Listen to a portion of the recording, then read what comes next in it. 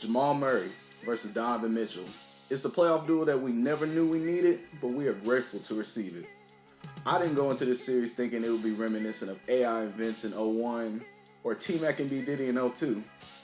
Heck, this isn't even reminiscent to MJ and Clyde in the NBA Finals, but yet here we are, watching two young guns duke it out and declaring their arrival, in my humble opinion.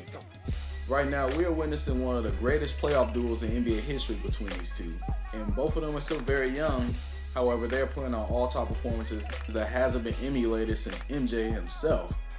And both of those young guys are pouring their hearts out for those teams. Donovan was visibly frustrated after a Game 6 loss, and he's still putting 44 points. But on the other hand, you have Jamal Murray dropping 50 and shooting over 50% from the field and over 60% from three.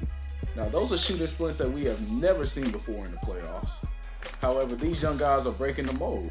Throughout this whole series, Donovan is averaging 38-5, while Jamal is averaging 34-7. Right now, both of these guards are laying it all out on the floor, and they're displaying their full potential and how high their ceiling can become. Early on First Take, Stephen A asked, who does Jamal Murray remind you of?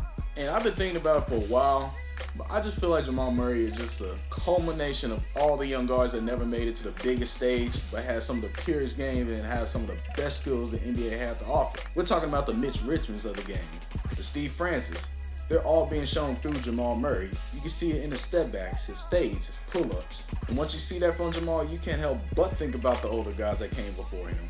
Donovan Mitchell is playing his heart out on an undermanned Utah Jazz team in order to force them to the second round. And right now, he's playing the best he has. But his frustration is mounting up higher and higher because Denver's depth is giving him so much trouble. And right now, as we approach Game 7, I feel like this will not be the end of those two matching up in the future. I feel like we haven't seen the best of these young guards yet. They're still both in their 20s, still growing in their games.